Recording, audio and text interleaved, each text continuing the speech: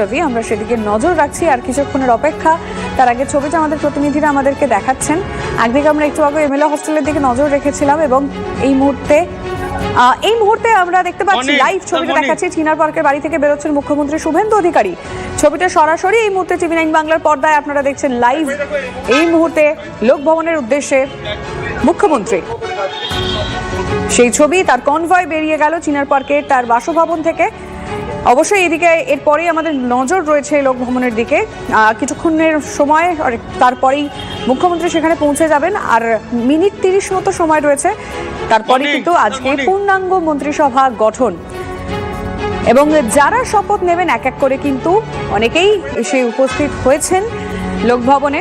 আমরা আমাদের প্রতিনিধির মাধ্যমে সেই ছবিটা দেখাবো, কারণ কারা কারা এসেছেন আর কারা কারা এখনো আসছেন সেটা জানি আমাদের রিপোর্টারের কাছ থেকে। এই মুহূর্তে লোকভবনে চলে যাব। দীক্ষা ভূঁইয়া আমাদের সঙ্গে রয়েছেন। দীক্ষা, শোনা যাচ্ছে?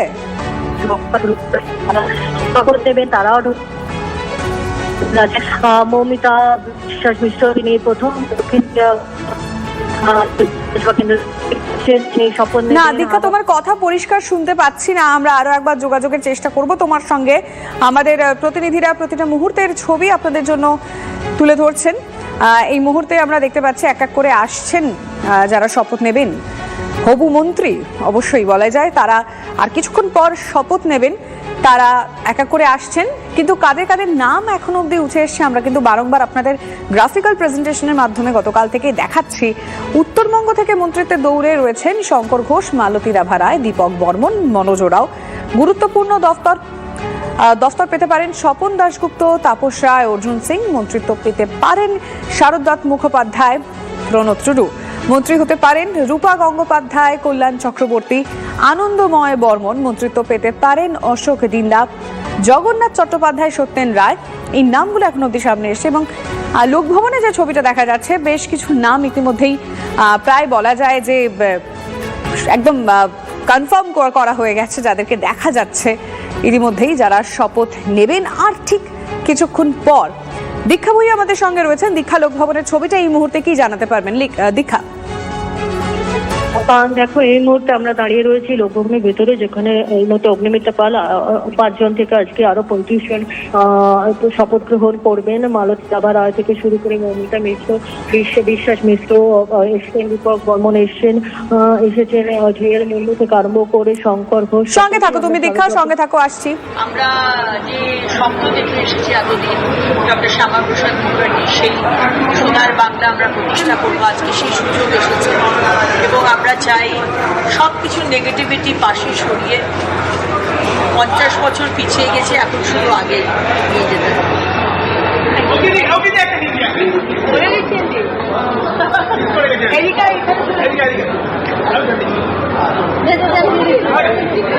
दीदी जो मंत्रिमंडल की विस्तार हो रहा है, আমরা চলে যাব আমাদের প্রতিনিধির কাছে। দীক্ষা ভূঁইয়া আমাদের সঙ্গে রয়েছেন। দীক্ষা, আমরা দেখতে পাচ্ছি ইতিমধ্যেই অগ্নিমিত্রা পালের বক্তব্য আমরা শুনলাম। তুমি ঠিক জায়গাটায় রয়েছে, ছবিটা কি? না, কোনো কারণে যোগাযোগ বিচ্ছিন্ন হয়েছে। এই মুহূর্তে আমরা নজর রেখেছি লোকভবনে, আর কিছুক্ষণের অপেক্ষা, তারপরেই কিন্তু পূর্ণাঙ্গ মন্ত্রিসভা গঠন হবে। ইতিমধ্যে আপনাদেরকে আমরা ছবিটা দেখালাম। ইতিমধ্যেই মুখ্যমন্ত্রী শুভেন্দু অধিকারী তিনি তার চিনার পার্কের বাসভবন থেকে বেরিয়ে পড়েছেন লোকভবনের উদ্দেশ্যে। আর কিছুক্ষণের মধ্যেই তিনি এসে পৌঁছবেন, তারপরেই কিন্তু শুরু হবে আজকের শপথ। ইতিমধ্যেই মুখ্য সচিব পৌঁছেছেন। ছবিটা আপনাদেরকে আমরা দেখাচ্ছি। ইতিমধ্যে আপনারা দেখতে পাচ্ছেন মুখ্য সচিব এসে পৌঁছলেন, এক এক করে সকলেই আসছেন। স্বরাষ্ট্র সচিব আগেই এসছেন, আপনাদের সেই ছবি আমাদের দেখিয়েছি, দীক্ষা দেখিয়েছে। আর এবার মুখ্য সচিব এসে পৌঁছলেন, আর একটু অপেক্ষা, তারপরেই মুখ্যমন্ত্রীও চলে আসবেন। ইতিমধ্যে তিনি তার বাসভবন, চিনার পার্কের যে বাসভবন, সেখান থেকে বেরিয়ে পড়েছেন।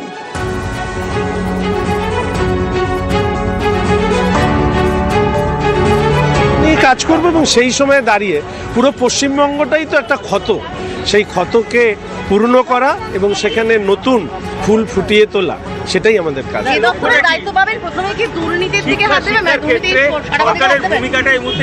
দুর্নীতিটা একটা অংশ, মনে রাখতে হবে সরকারের কাছে মানুষের আরো অনেক প্রত্যাশা আছে, ফলে ভারসাম্য বজায় রেখে এই দুটো কাজই আমরা একসাথে করি।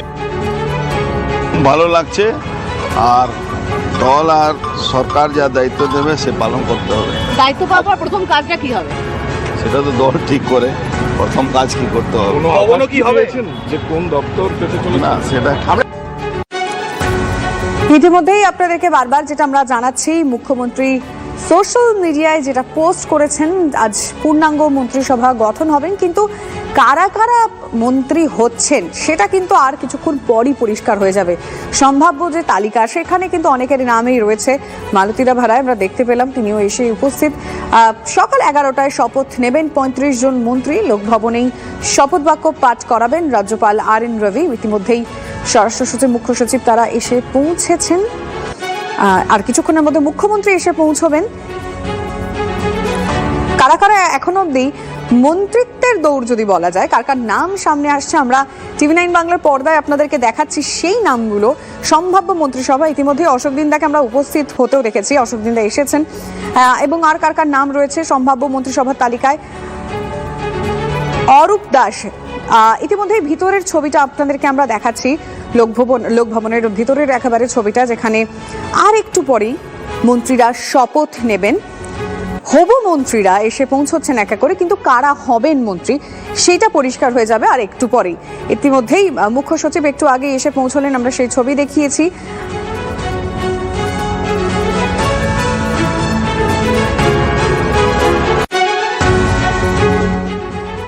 ভীষণ ভালো লাগছে।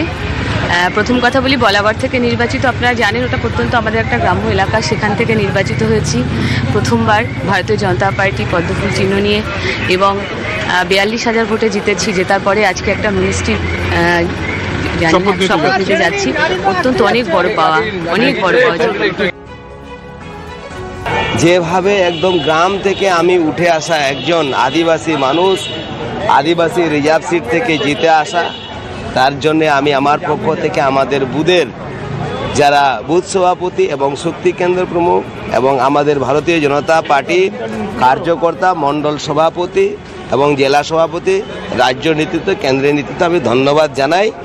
যেভাবে আমাদেরকে দায়িত্ব দিয়েছে, যেভাবে কাজ করেছি, সেইভাবেই আবার যাতে মানুষের পাশে আমি কাজ করতে পারি, প্রশাসনিক লেভেলে সমস্ত রকমের সাধারণ মানুষের পাশে দাঁড়াতে পারি, এইটুকু আশা রাখবো, মানুষের সাথে থাকবো। দেখুন, সকাল থেকে আমরা এক এক করে বিজেপি বিধায়কদের বক্তব্য আপনাদেরকে শুনেছি। তাদের মধ্যে কেউ কেউ কিন্তু এটাও বলেছেন যে ডাকা হয়েছে, যাচ্ছি। অনেকে বলছেন মন্ত্রী কি হব সেই সম্পর্কে কিছু জানা নেই, এরকম বিষয়টাও কিন্তু আমরা সকাল থেকে এরকম মিশ্র প্রতিক্রিয়াও দেখতে পেয়েছি বিজেপি বিধায়কদের মধ্যে। এবারে হস্টেলে সকাল থেকে আমরা নজর রেখেছিলাম, সৌরভ সেই ছবি দেখিয়েছেন আমাদেরকে। আর এবার আর কিছুক্ষণের অপেক্ষা, হাতে খুব একটা বেশি আর সময় নেই। কিছুক্ষণের পরেই কিন্তু পূর্ণাঙ্গ মন্ত্রিসভা গঠন হবে এবং এক এক করে মন্ত্রীরা শপথ নেবেন। সেখানে বিষয়টা পরিষ্কার হয়ে যাবে কে মন্ত্রী হচ্ছেন, কে কে মন্ত্রী হচ্ছেন।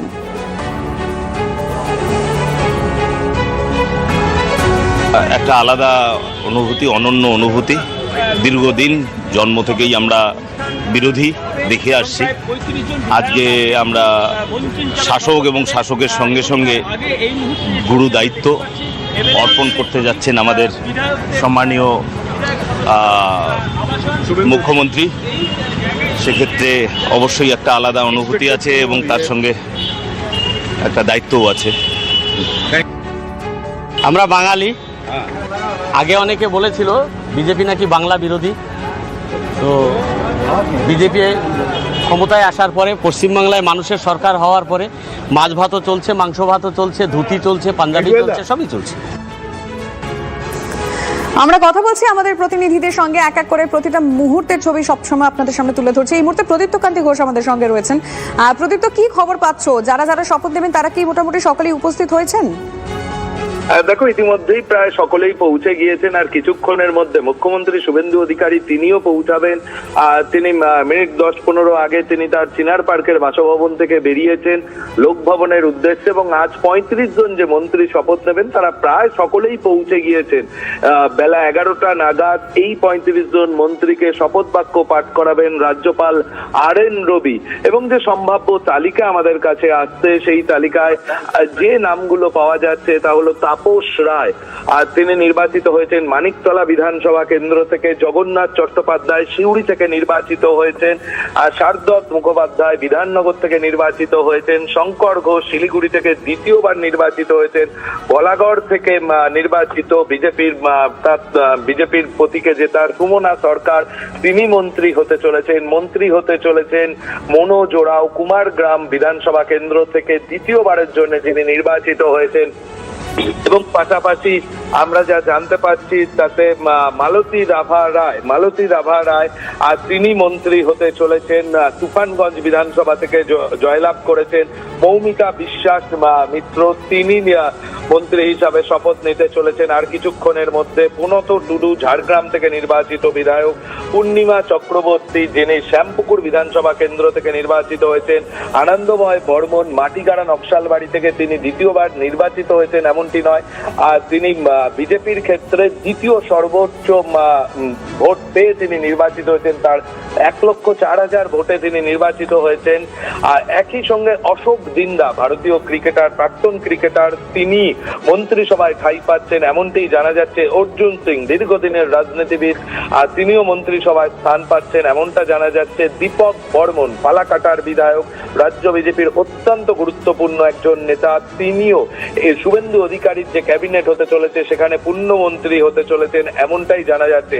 স্বপন দাশগুপ্ত পদ্ম পুরস্কার প্রাপক, দুবারের রাজ্যসভার সাংসদ, তিনিও শুভেন্দু অধিকারীর মন্ত্রিসভায় অত্যন্ত গুরুত্বপূর্ণ একটি জায়গায় পৌঁছাতে চলেছেন। গার্গী দাস ঘোষ কান্দি থেকে প্রথমবার নির্বাচিত হলেও তিনিও মন্ত্রিসভায় আসছেন।